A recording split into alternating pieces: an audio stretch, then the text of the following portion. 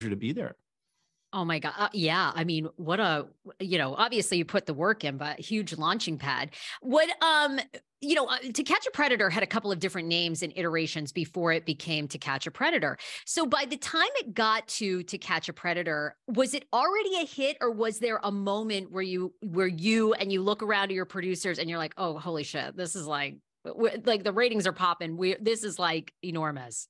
The working title of it was, just Computer Predators, and when I learned of the online watchdog group Perverted Justice, I started to think that if we could get them to, go into chat rooms as they do and pose as kids, which they were already doing, they would post the identities on their website if a guy made it to meet a child for sex. I thought if we could use that and combine it with our ability to wire a house with, hidden cameras and microphones, it could be compelling. And so I pitched it to Dateline as a segment on Dateline, not as its own series. And so we rolled it out and, almost 20 years ago, 19 years ago now, as To Catch a Predator. And we did that investigation in Bethpage, Long Island, and 17 guys showed up in 2.5 days, including a New York City firefighter who surfaced. And it took a minute to get our arms around it, both as, journalists and producers and as a network.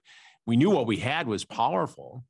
It had never been seen before, but we wrestled for some time, for several months, as to how this should be presented and, in what format. And it aired as a 2-part special on Dateline, and it had a lot of impact and it got a lot of response. And so we went out to do it again in the suburbs of Washington, D.C. and Herndon, Virginia. And, more guys showed up. We had a rabbi, we had a guy who walked in naked. We had a teacher, we had a military officer. It was just crazy. But these guys were leaving and they'd be free. And while law enforcement made some cases against them after the fact, we decided fairly early on that we needed to collaborate with law enforcement to be, to have some social justice to it, to have some social responsibility to it. And from a very practical standpoint, we needed to have some resolution to the story as television producers, because it was unfulfilling to see these guys just walk off after this intense confrontation, after having tried to meet a child to assault that child. Chris, obviously you've been doing this work for years. What do you think it is about your personality that allows you to do this and keep you sane? Like, I really admire, I couldn't do it. Well, it's mostly, we all have our things, right? But for the most part, you've kept it together. You've had a pretty amazing career, but you have to have something in your personality, something added, something missing to do it all this. And what you do is a huge service, but also a lot of people like myself, like I couldn't now having a child, and you have kids. And right. I know, with your second wife, you have even more family, but there's something about you that can keep doing this work and keep it together. Cause there's no way I could. I guess it's a sense of balance. It's a sense of purpose. It's a sense of mission. It's a recognition that, as important as it is, as serious as it is, that there are unmistakably, albeit dark, but humorous moments. And you need to include all that. You need to be aware. You need to be sometimes a bit of a smartass. Sometimes, my Lord of the Flies upbringing at Brother Rice High School, or, those things all play into it. You have to be a little rough and tumble. And at the end of the day, you have to be able to put it into perspective and not let the darkness overwhelm you, and to see that there is, a lot of good in the world. And, you just have to balance what you do and realize that it is important. And maybe, I'm the guy who's supposed to be doing it. A lot of people are out there doing really great crime reporting. You go to CrimeCon and you see all my colleagues in the field, Dan Abrams and so many others. And there are people on social media platforms like YouTube, citizen journalists who are doing great work, crowdsourcing the solution of crimes on podcasts and things like that. So a lot of people are doing this. I've just figured out a way, I suppose, to integrate my personality and I suppose my wit and my patience and the ability to be a good listener because I've done this so long, and incorporate all that into a package that people seem to find interesting and at some level entertaining. Oh my God. All of the above. Had to be that Brother Rice. Lord of the had to be that. Those guys, you guys all kicking the shit out of each other worked. So okay, To Catch a Predator obviously becomes this enormous show. Did you ever want to be famous? I mean, you became famous from this show. A lot of journalists hate becoming the story. I mean, everywhere you went, people know you. People still know you now. I mean, was that like weird? Did you enjoy it? I mean, I enjoy any amount of something that you have to have a self-reckoning with, and you have to realize that it puts you in a position of responsibility.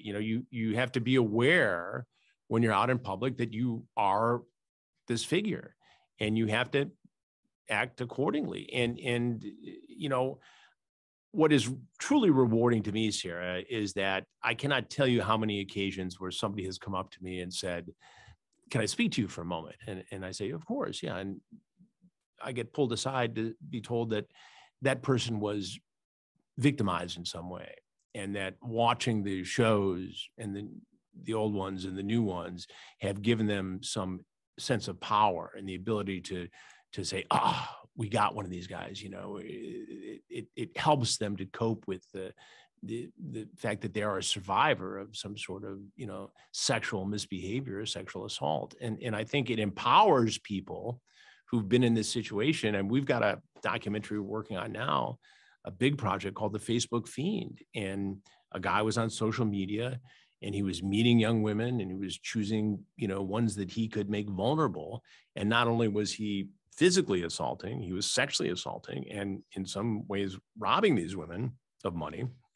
And they came to me because of my social media presence. And we have turned this into a huge documentary where a guy is now facing criminal charges because of this. And this is the ultimate in grassroots, reporting and relationship with, between a content creator, a journalist, and survivors.